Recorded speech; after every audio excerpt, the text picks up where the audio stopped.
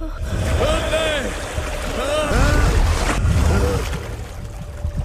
Is this possible? मेरी कुछ ही दिन पहले बात हुई और ही वॉज परफेक्टली फाइन। वो आदमी जिसने उसे श्राप दिया और उसे कहा कि सिर्फ 3 दिन है उसके पास, और ठीक 3 दिन बाद उसकी मौत हो गई।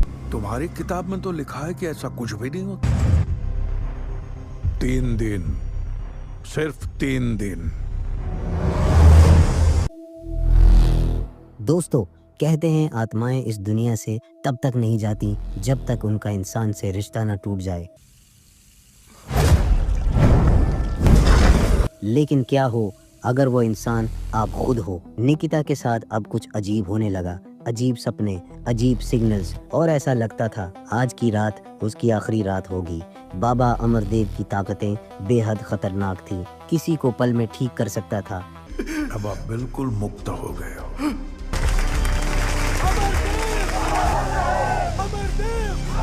किसी की जान पल में ले सकता था। निकिता एक लड़की के घर जाती है जो डॉक्टर सनल रॉय की इन्फॉर्मर थी। ये लड़की कोई आम इंसान नहीं। उसकी आंखों के सामने अजीब चीजें होती हैं और फिर वो खुद को मार लेती है।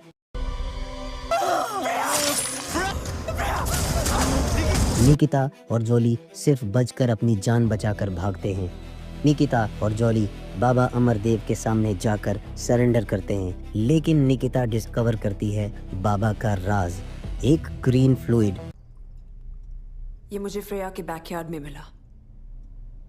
ये वही लिक्विड है जिससे अमरदेव लोगों को कंट्रोल करता है। ये एक साइकोट्रोपिक सब्सटेंस है जो बाबा अपने मरीजों पर छिड़कता था। ये सनल सही था और तुम एक फ्रॉड हो। ये वो फ्लूइड था, इंसान के दिमाग को हेलुसिनेट करवाता है। तुमने एक हाइब्रिड प्लांट से एक साइकोट्रोपिक हेलुसिनेटरी ड्रग बनाया और फिर शैतान की तस्वीर दिखा दिखाकर लोगों के दिमाग में उसका वहम पैदा किया। यानी उसका दिमाग माउफ हो जाता है और वो बाबा के इशारों पर चलने लगता है।